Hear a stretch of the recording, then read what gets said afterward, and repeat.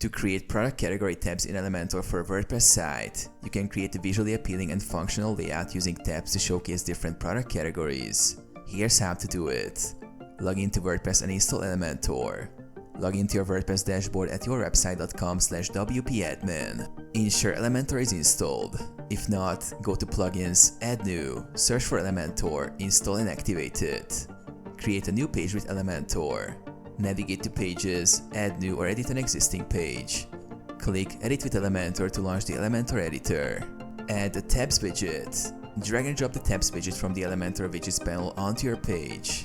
Configure the Tabs widget. In the Tabs widget settings, tab title. Add the title for each tab. Content. For each tab, you can add a different product category or list items using the Products widget. Select product categories. Under each tab content, use a Products widget to display products related to the selected category. Choose the relevant product category for each tab from the drop-down or filter options. Customize design. Customize the design of each tab by adjusting colors, typography, and layouts. Add icons or images to enhance visual appeal. Publish and preview. Click Publish to save the changes. Preview your page to ensure product category tabs are displayed as intended.